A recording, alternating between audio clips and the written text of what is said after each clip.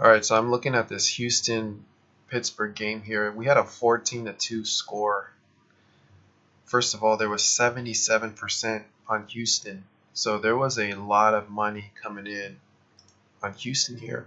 230 moved all the way to 255 at Bovada, as well as Bet Chris.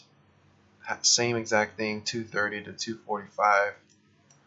So Pinnacle, all these sports books moved their line pretty much in favor of the favorite here.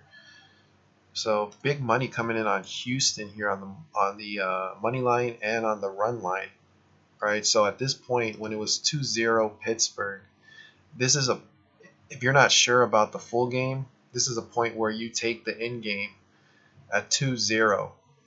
Pittsburgh up 2-0, top of the I believe it was top of the first or top of the second. So you take this Pittsburgh team in the end game. All right, it would be about minus 130-ish. All right.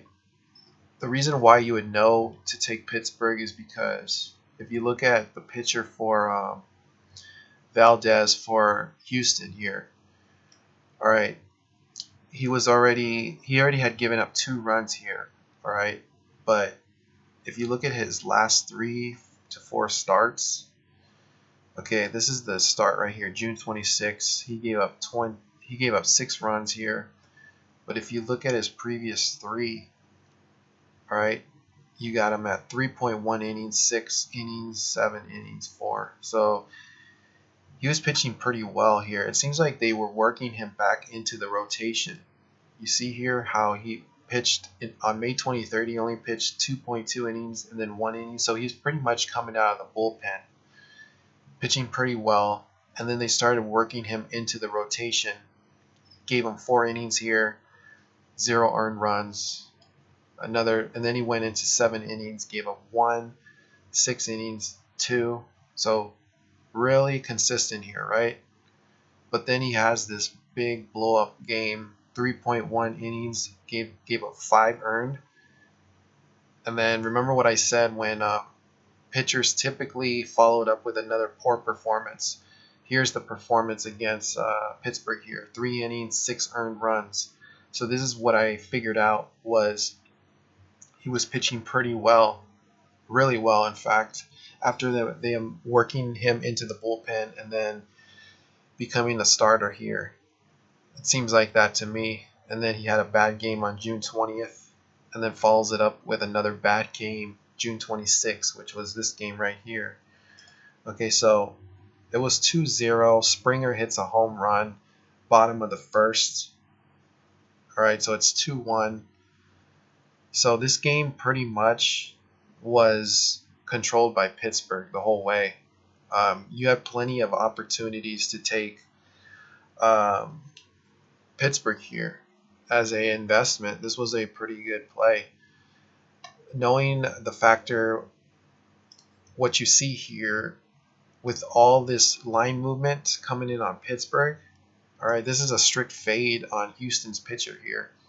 All right, and I know that Pittsburgh was sending out this starter.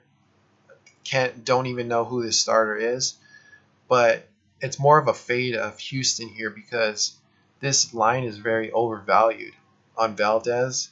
And as long as Pittsburgh can keep putting up runs like they did, as long as he gives up runs, this pitcher right here for Pittsburgh will find a way. And even if he did struggle, the manager would pull him out a lot sooner because he's a no-name pitcher. All right, so and it's just common sense that most of the time when a pitcher knows that he's a huge underdog like this, they tend to pitch a lot better, no matter what the circumstances are. You know, because no one is he's not pressured to win the game, and nobody really is talking about him. So these pitchers typically tend to pitch a lot better when they're the underdog. So this is a strict fade here, like I said, on Valdez. And it just shows right here that there was too much public coming in on Houston.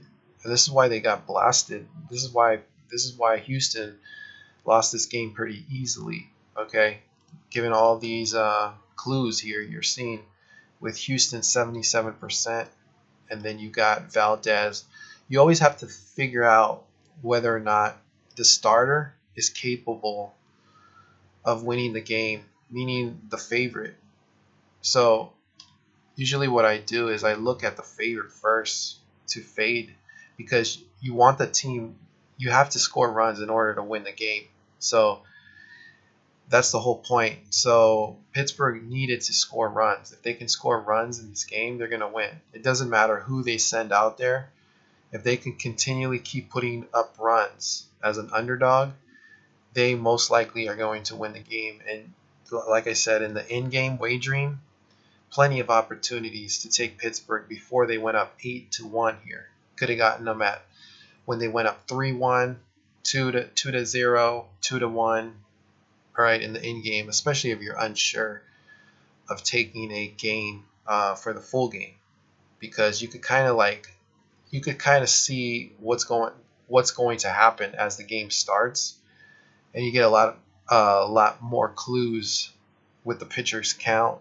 You know, um, certain errors that the team makes, so can kind of dictate where the tempo and the flow of the game is going to go. So this game got out of hand. It was ended up 14-2 here. So great play on Pittsburgh on the in game. Like I said, 230 went all the way to 255. Public lost big on this game. So I'll be putting out some more videos talking about some of these other matchups as well.